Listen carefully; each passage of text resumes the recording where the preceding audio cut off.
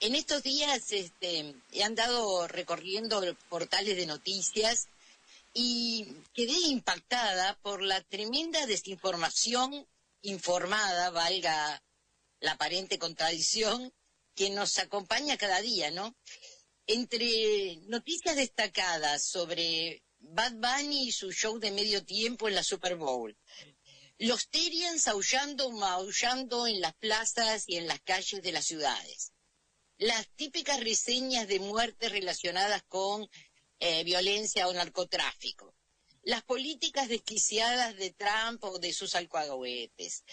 Y bueno, y entre medio de todo eso se cuela alguna noticia apenas que da cuenta, aunque sin demasiado análisis, de las situaciones tremendas y especiales que estamos viviendo a nivel internacional. Silvia, Ruptura total. Silvia, sí. Te veo la cara cortada. Ahí, subí un poquito más, para así la audiencia también te... ahí estamos, ahí te vemos completa. Dale. Bien. Es que hoy estoy con el teléfono en vez de con la computadora. Ah, bueno. Que hoy no me dio tregua la computadora.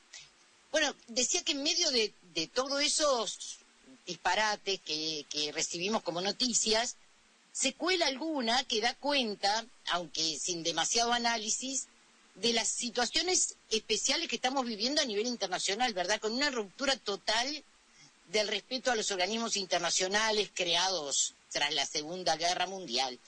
Y bueno, me refiero a la situación de Venezuela después de la intervención de Estados Unidos, a la crisis humanitaria en Cuba como consecuencia de la intensificación del bloqueo asesino aplicado por Estados Unidos, o al genocidio en Gaza, cada vez más naturalizado, y también a un Medio Oriente en situación de conflicto constante y latente.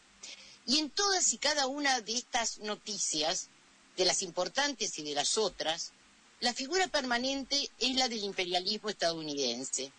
Sin embargo, son poquitísimos los análisis profundos de estas situaciones, y hay sin duda una enorme necesidad de al menos intentar poner en evidencia este nefasto papel de Estados Unidos en todos estos hechos que hoy nos conmueven.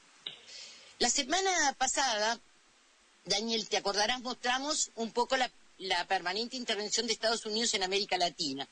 Y bueno, hoy me quería detener un poco en una zona caliente del mundo, Medio Oriente, y obviamente la visión que pretendemos aportar parte de una mirada que aborda solo parcialmente, porque es una realidad complejísima, pero que al menos trata de acercar a los oyentes, esa es mi intención, algunos datos de contexto, algunas realidades históricas y algunas cosas que nos sirvan para empezar a explicarnos estos procesos.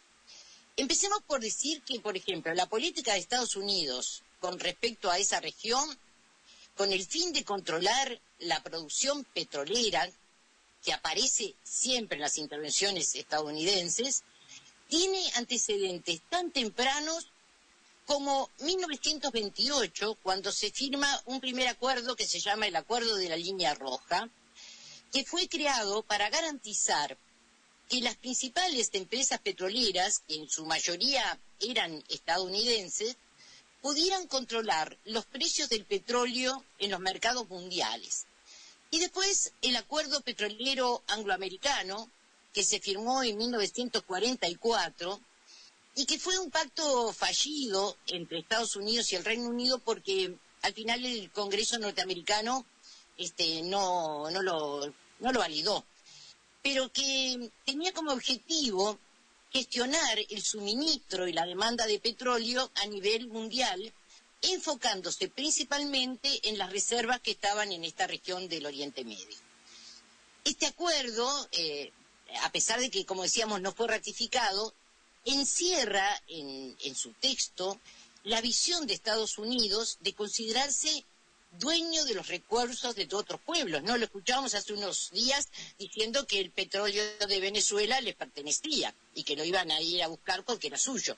Bueno, aquí, tan tempranamente como 1944, se decía lo mismo, y quien lo decía era el entonces presidente de Estados Unidos, Franklin Delano Roosevelt. El bueno. Que le explicaba. El bueno. Sí.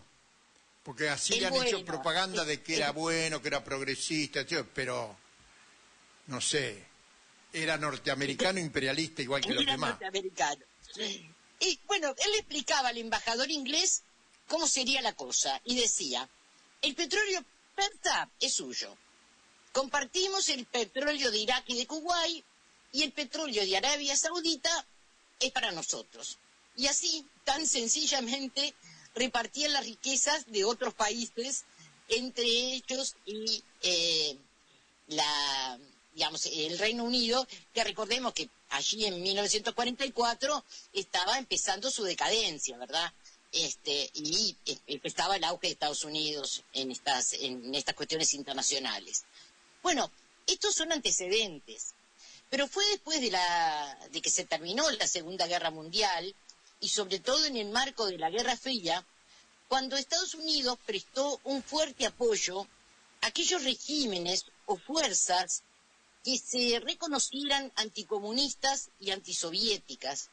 Y con este objetivo respaldó especialmente a Israel, pero también a algunos otros estados árabes, con el fin de garantizar, entre otros objetivos, la mantención del flujo estable de petróleo desde el Golfo Pérsico hacia Estados Unidos.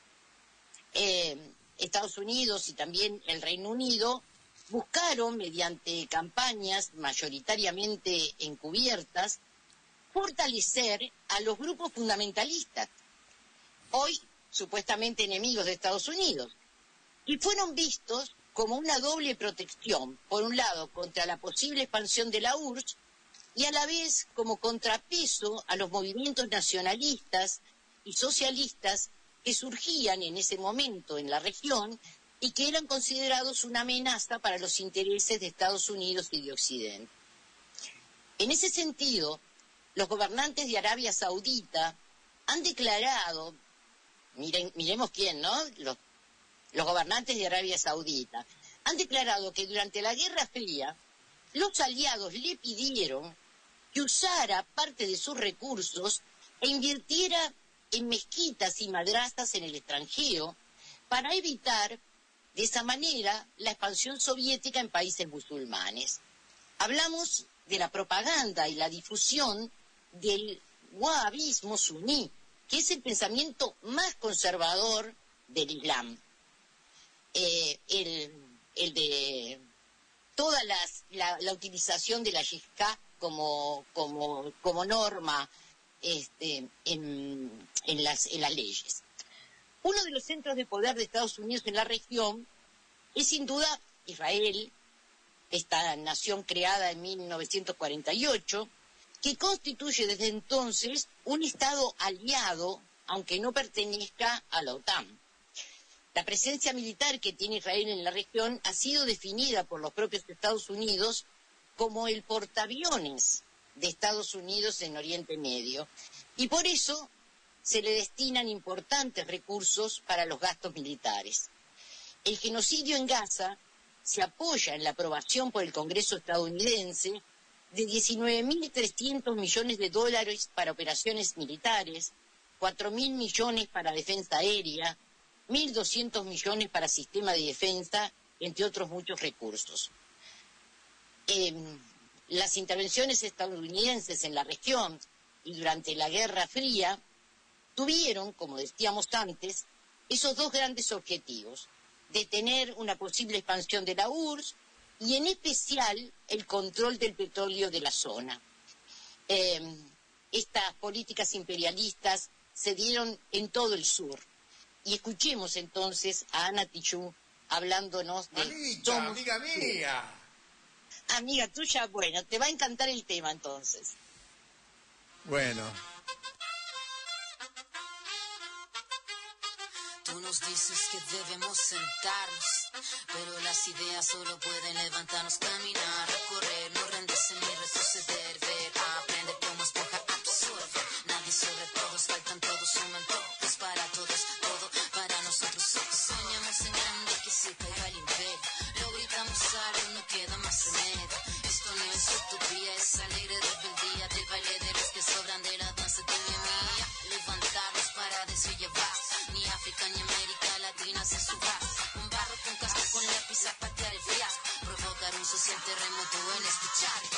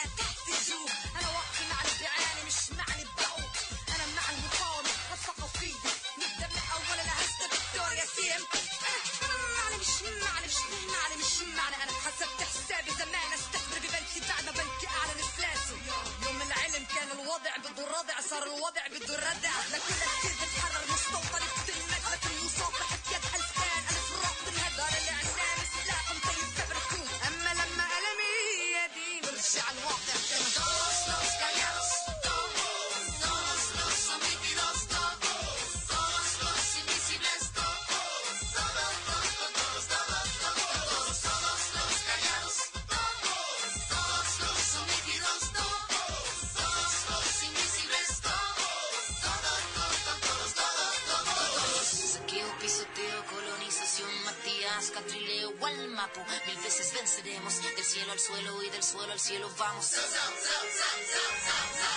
Granito blanco, vuelve pa' tu pueblo, no te tenemos miedo, tenemos vida y fuego. Fuego en nuestras manos, fuego en nuestros ojos, tenemos tanta vida y esta fuerza por lo rojo.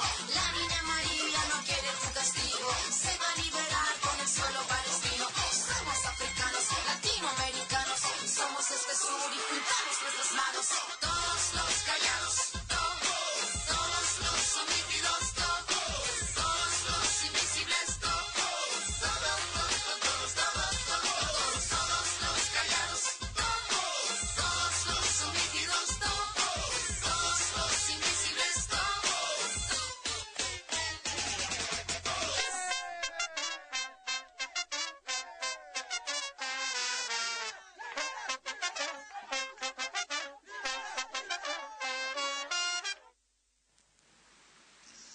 Bueno, es chilena, digamos que es una cantante chilena que vive en Francia ahora. Sí, una maravilla haciendo rap, pero con una calidad. ¿No se llama hip hop esto que hace? Yo no sé nada de música, te pregunto. Porque me dijeron, sí, es cantante de hip hop, así me dijo el padre. Sí, hip hop, rap, sí, ambos estilos. Sí, bien, están vinculados a eso. Buena gente, bueno, los padres son revolucionarios chilenos, madre y padre, y ella hereda bien lo que aprendió en su casa.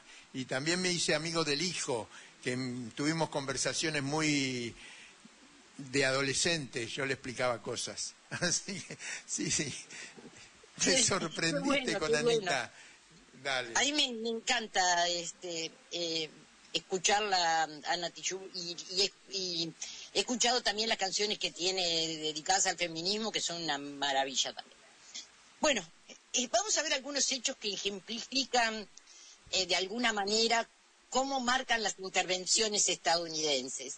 Y bueno, en 1951, un señor llamado Mohamed Mossadegh es elegido como primer ministro en Irán.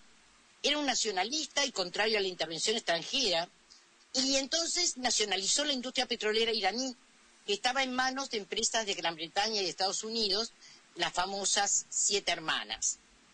El Shah de Irán, Mohammad Reza Pahlavi, ahora se ha puesto de moda porque se está pidiendo que vuelva ahora uno de sus herederos, se manifestó contrario a las nacionalizaciones y pidió la renuncia de este primer ministro, que se negó a renunciar.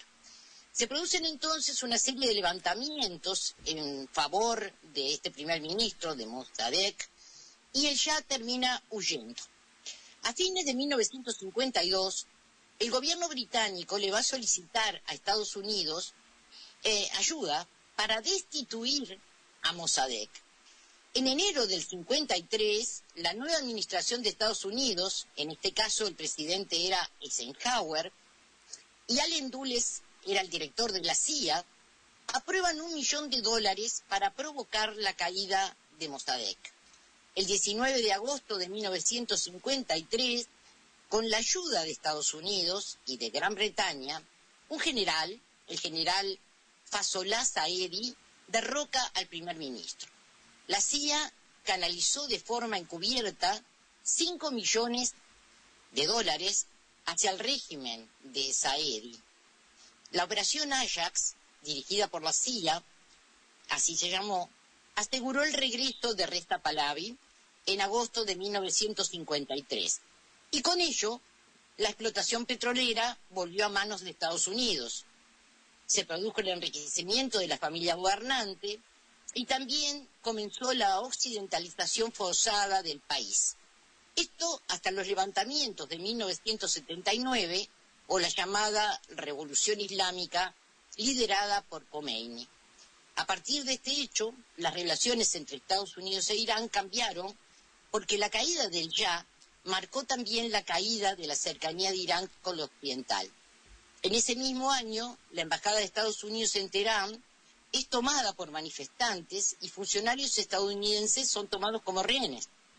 En 1980, Estados Unidos decidió acordar, a través de Israel, proveer de armas a Irán a cambio de recuperar a los rehenes. Sin embargo, los rehenes fueron entregados antes de que se consolidara esta entrega de armas, y la provisión del armamento duró bastante tiempo más de lo pactado inicialmente. Lo concreto es que después se supo por qué.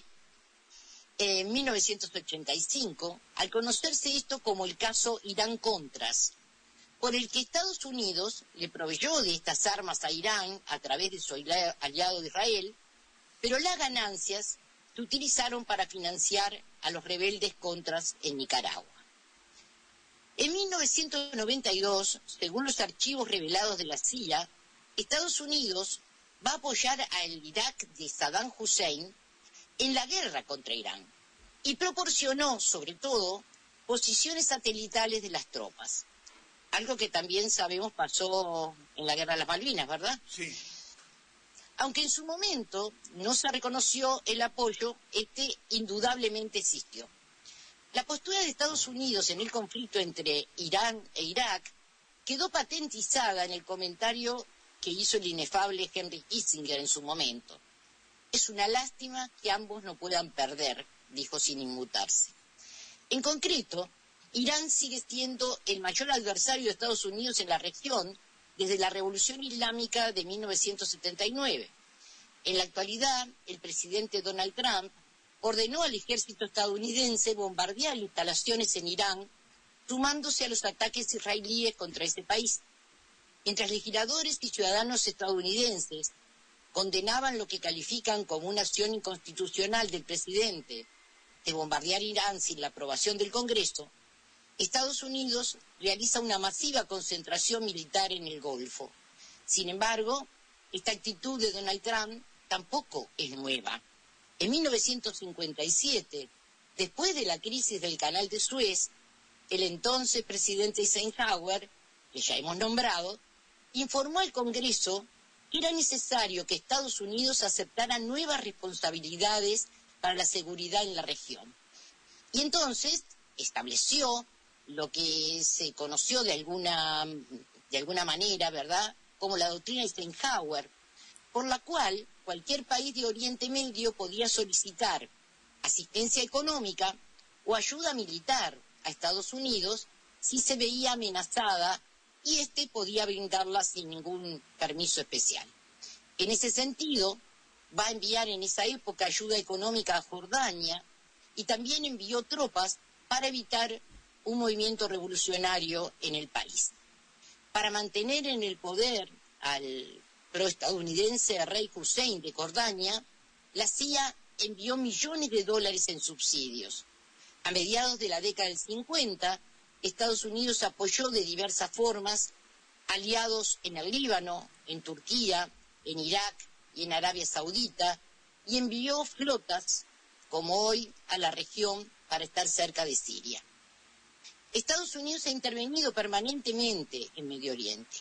A las situaciones mencionadas deberíamos agregar el apoyo a Israel en la Guerra de los 6 Días en 1967. Agregar que en 1970, con apoyo de Estados Unidos, tropas jordanas atacaron campamentos de la OLP y la Fuerza Aérea Jordana llegó a lanzar napalm desde el aire. Estados Unidos desplegó un portaaviones, 6 destructores frente a la costa del Líbano y preparó las tropas en Turquía. En la década del 90 fue la Guerra del Golfo, que involucró a una coalición de 35 países liderados por Estados Unidos contra Irak. Durante esa guerra se brindó ayuda militar a Arabia Saudita mediante el envío de 500.000 soldados. Más tarde apoyó a Arabia Saudita en su intervención en Yemen. Arabia Saudí bombardeó entonces un autobús escolar, matando a 40 niños con una bomba proporcionada por Estados Unidos. Este apoyo de Estados Unidos, este caso se conoció, pero la verdad es que el apoyo de Estados Unidos propició la muerte de más de 10.000 niños en el territorio.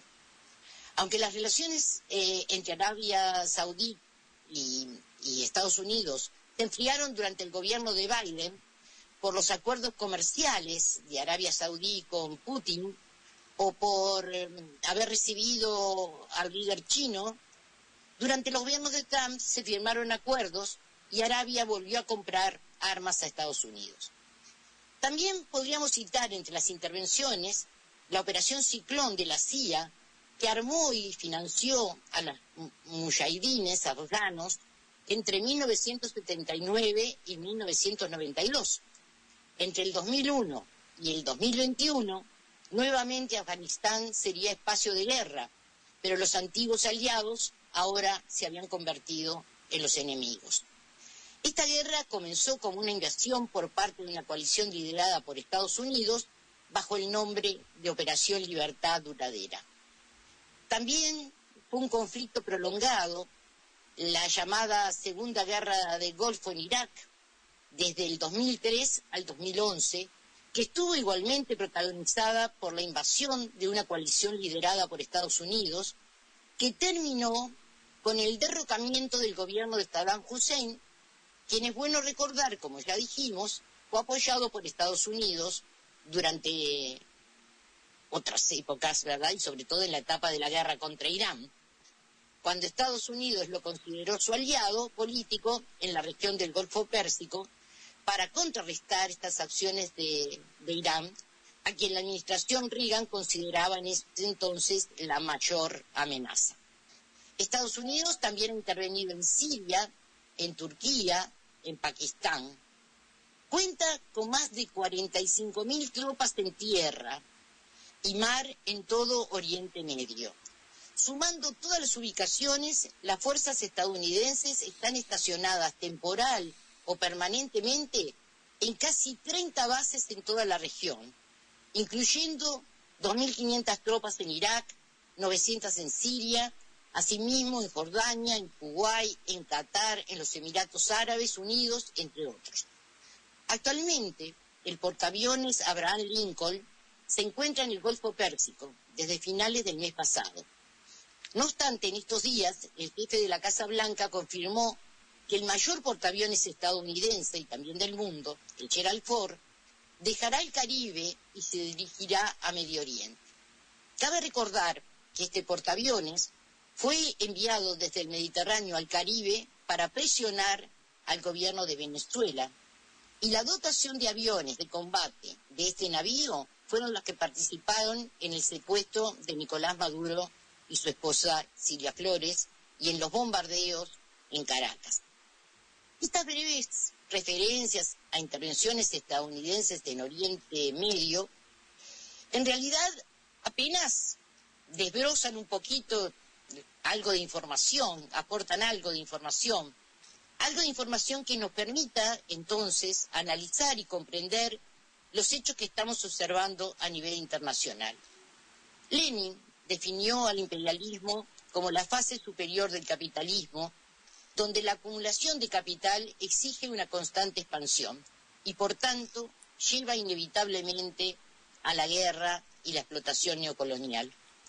En resumen, la búsqueda de poder y recursos del imperialismo convierte el escenario internacional en un verdadero campo de batalla constante, donde la guerra son la continuación de las políticas expansionistas.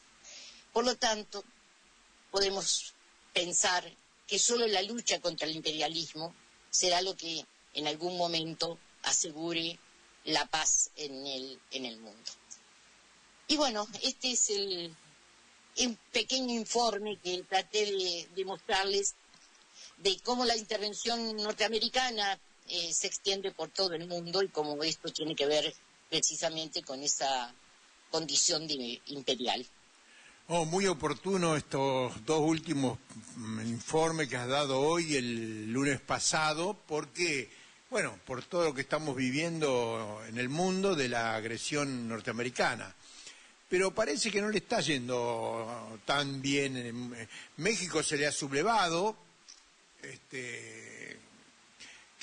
México, yo me sorprendí, pero México, a muchos analistas lo están considerando el país más fuerte de América Latina, país emergente, y se habla de que en breve es como una potencia manufacturera industrial, o por lo menos me alegra y bueno, López Obrador estuvo 6 años y ahora hace 1 año y medio que está Sheinbaum, Claudia. Sí, claro. Dos del mismo partido, una línea política más nacionalista, más proteccionista, y bueno, y la economía levanta y la política también. Sí, sin duda. Bueno. Seguimos a esa mujer, yo por lo menos la sigo con muchísima atención.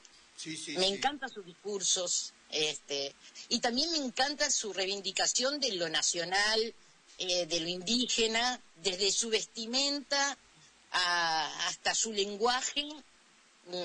Me parece maravilloso. Nos tenemos que ir porque ahora tenemos programa que sigue después del nuestro. Así que, Silvia Visconti, desde la otra orilla, todos los fuegos, acá en Radio Rebelde, y hasta el próximo lunes.